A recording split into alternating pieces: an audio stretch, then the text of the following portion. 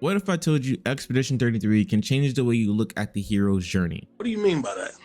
There's a moment at the very beginning of Expedition 33 that doesn't feel like a game at all. It feels like grief wrapped in ritual. We meet Gustave, not with a gun and not with a mission, but dressed in his best clothes, holding flowers, preparing for something known as the gommage. We don't know what that word means just yet unless you're French, but we can feel it.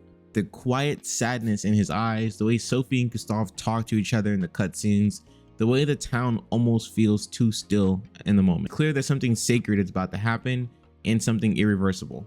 And then the truth finally hits. The gommage is a death sentence. Every year, anyone who reaches the number carved into the monolith dies. No exceptions, and this has been happening like clockwork for the last 67 years. It's not just a tradition, it's a system. It's a countdown. The first sequence of this game tells you everything else you need to know about this world. It's not built and centered around hope. It's built around the inevitability of death, around control. And just beneath the surface, it hints at something much, much darker. A force known as the Paintress, who feels less like a villain and more like a curse written into history, a true calamity. Expedition 33 isn't really about saving the world, it's about living inside of one that's already accepted its end. And in the middle of all of that, we eventually meet Maelle. But before her journey begins, we need to understand the weight of the world that she's walking into and why every step that she takes matters. So now, if you're not familiar with the hero's journey, this is the moment where our protagonist is called to adventure, the point where everything starts to shift in a new direction. But before we go any further, here's your spoiler warning. We're about to deep dive into the entirety of the story of Expedition 33, so if you have not played the game yet, I recommend now to hop off the video and go finish the game and then come back later. The story is full of all types of twists and turns and emotional gun punches, and I feel like that is best experience for the first time on your own. So if you haven't finished yet, go finish it and come back and watch the video after. But before we continue the story, hello, hi, if this is your first time here, my name is Brad. Here on the channel, we'll talk about everything from gaming news to game reviews and everything else in between. I like to give myself a creative outlet to talk about the things I really care about. And if it's something that you might enjoy, subscribe to the channel. Let's hop back into the video. The hero's journey is a storytelling framework that's been around forever. From ancient myths to modern films, it's a structure built around transformation. A character starts off in an ordinary, familiar world, gets pulled into something far bigger than themselves, and comes out on the other side of that story, for better or for worse, changed. And in Expedition 33, this journey belongs to Maelle. When this video first started, we introduced you to Gustave because that's who we all believed the story was going to be centered around, Gustave, and then Verso when some events happen within the story. But actually, at the end of the story, it's all about Maelle. So step one of the hero's journey is what we call the ordinary world. The calm before the storm. Before Maelle, that calm was already gone. Her story doesn't begin with peace, it begins with loss. A fire set by a group known as the Writers, who was introduced to us much later in the story, tears through her world. It kills her older brother Verso and leaves Maelle permanently scarred for the rest of her life. She loses her voice. She pretty much scars half of her face as well and loses an eye. And her family from this event is completely shattered. Her mother Aline and her father Renoir both cannot cope with the grief. So they do what I think no grieving parent should do, and they try to escape. And they don't try to escape emotionally, but literally. They step into Verso's childhood painting, using it as a kind of dreamlike retreat to avoid the reality of losing Verso. And all of this, what I just described, the war, the writers, and even the truth behind the fire that is mentioned a couple of times throughout the game, is hidden from the player intentionally. We don't learn about these events until much later in the game at the end of Act 2. But this context is essential to understand Maelle and her character because her ordinary world isn't safe or quiet. It's already broken, haunted, and silent, especially for her. This is the foundation of her journey, a world already lost and a girl with no voice left to scream. From here, her call to adventure is already inevitable.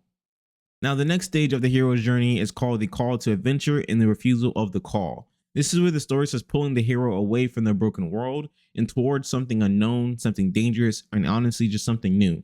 But that call isn't always a noble one. Sometimes it comes from grief, from desperation, and from the simple need to feel useful again. For Maelle, that call is personal. Her mother Aline, dealing with Verso's death and grief, she decides to enter the painting to get a little bit more of Verso before having to part ways. This leads to a conflict between her father and her mother. Her father, wanting to erase the painting and move forward as a family, goes inside of the painting to go get their mother. It leads to a war inside of the painting that spans for decades, and this causes more problems not only for the family, but also for Clea, who is the older sister of Maelle as well. With the entire family now dealing with the loss of Verso and now the loss of their mother and father, Clea is now left to deal with the war outside with the writers, and since Maelle is now injured and pretty much a liability at this point, Clea's responsibility is to make sure that Maelle does not get into any more trouble. So essentially, she wants to keep her safe.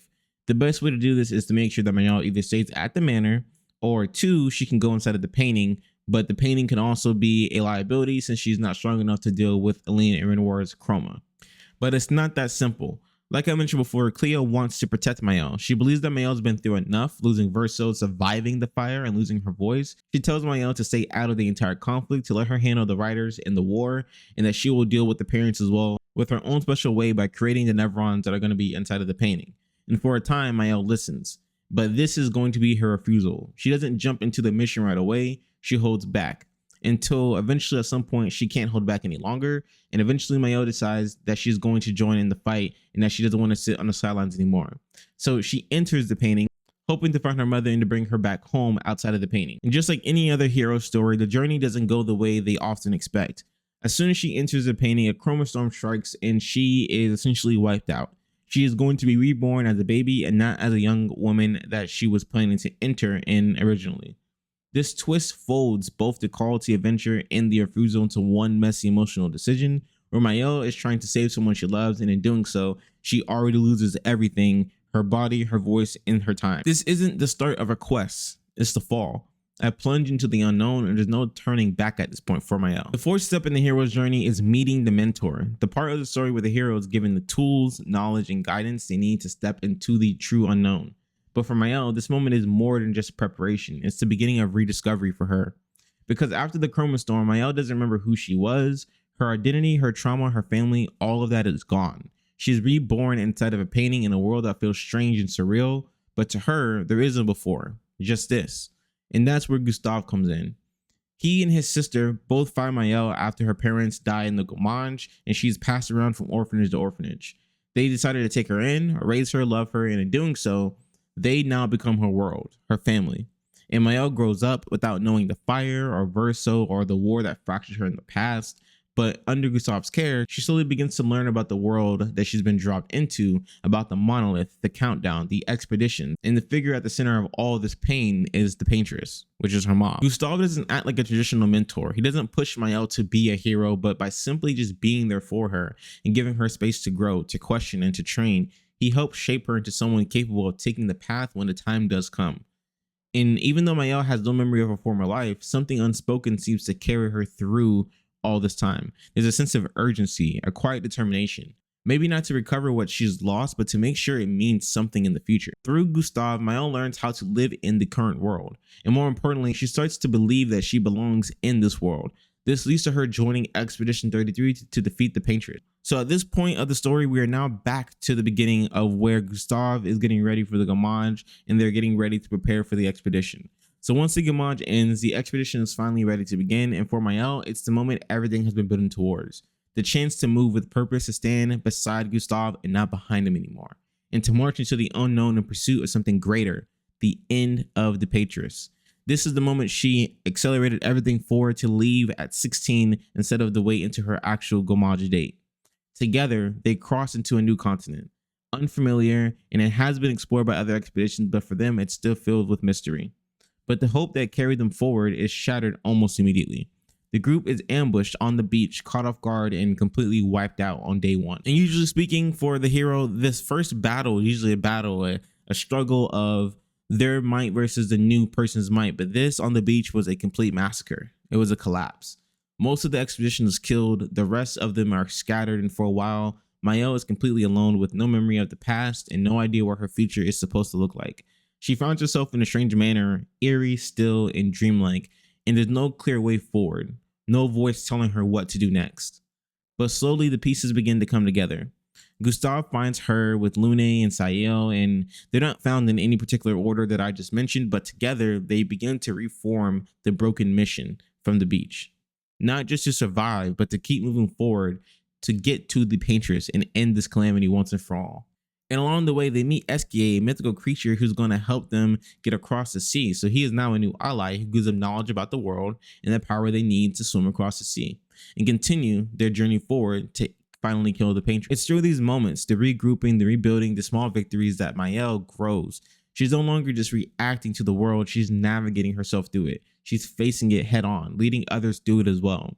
But the path forward still isn't clear for her, because just as they begin to close in on the paintress, a new threat starts to arise, something even darker and hidden in the background, pulling the strings from behind the curtain. The expedition may have survived their first trial, but the true enemy hasn't even revealed itself yet. As Maelle and the group get closer to the paintress, the weight of the journey begins to take a toll. The victories that they've earned start to feel a little hollow. The closer they come to their goal, the more it feels like something is starting to slip away. Maelle, still without her memories of the past, starts to experience these vivid waking nightmares. Not dreams of monsters or fire, but of a man standing alone. He doesn't speak, he just watches her, and even though she doesn't know who he is, the fear he brings feels deeply personal. It's not the paintress that haunts her now, it's loss. This creeping realization that if this fight continues, she could lose the only people she has left in this world. And with every mile they traveled, the fear gets harder to ignore. This part of the journey is called the Inmost Cave. It's not a physical place, but the emotional center of Maelle's journey. The part where she begins to question whether she can keep going or whether she should keep going. Then the nightmare becomes the reality. The group finally encounters the man from Maelle's visions, and he's not a stranger. He's Renoir, her father. A man that Maelle doesn't remember at all, but he remembers her and everything she lost. There's no time to understand and make peace with the truth, because Renoir is no longer just a father, he is an obstacle at this point. A protector of the very thing that Maelle has come here to destroy and vanquish. What follows is a brutal confrontation, one that costs Gustave his life. And just like that, Maelle's worst fear has come true. The moment isn't just a test, it's the edge of the abyss. The line between who she was and who she'll need to become, and soon she'll have no choice but to cross it. This is usually when in the hero's journey where the hero must find something deeper than themselves and their purpose to continue forward, or to turn back and give up on the mission. And after losing Gustave and being saved by Verso, Maelle continues forward, and this time with a deeper sense of urgency. Not just to end the cycle, but to understand what this world really is and what role she's meant to play within the larger universe. Eventually, the group reaches the manor, this strange shifting place that seems to exist outside of time itself, but they're not alone when they finally reach it. Waiting for them is Renoir, and beside him is a girl named Alicia. Now this part is a little bit hard to explain because in the game, there's two separate families that are happening at the same time. So we have the painted version of the family, which includes Verso, Renoir, and Alicia.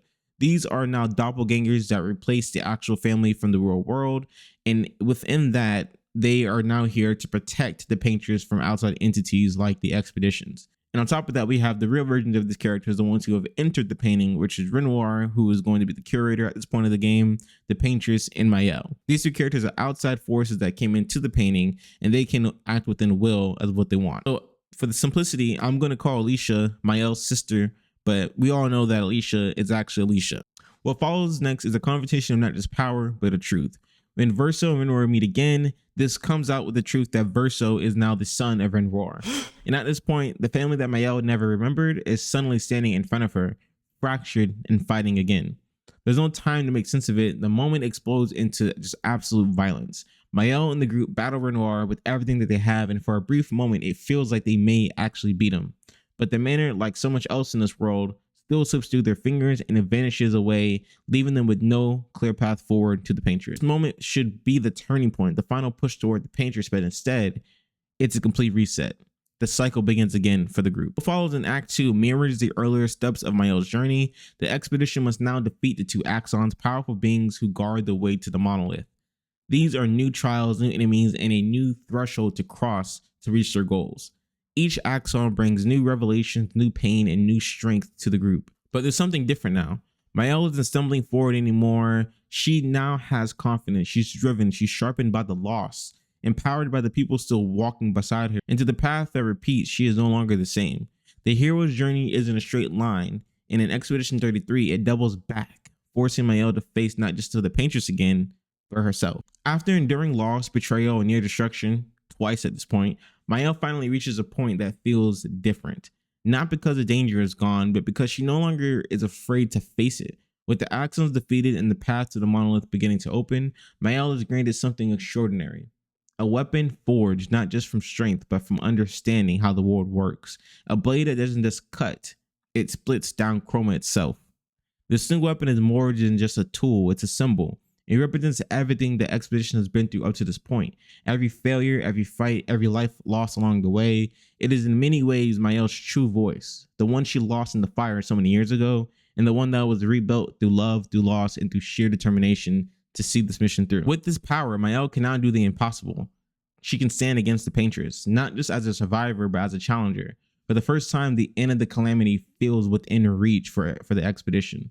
But there's also a quiet weight to this weapon. Because now that Maelle holds the power to end everything, she also holds the responsibility. Every choice from here on matters 10 times more. Every swing of that blade carries the weight of her journey and the memory of everyone who helped her get this far. This is the reward. Not just a weapon, but a clarity.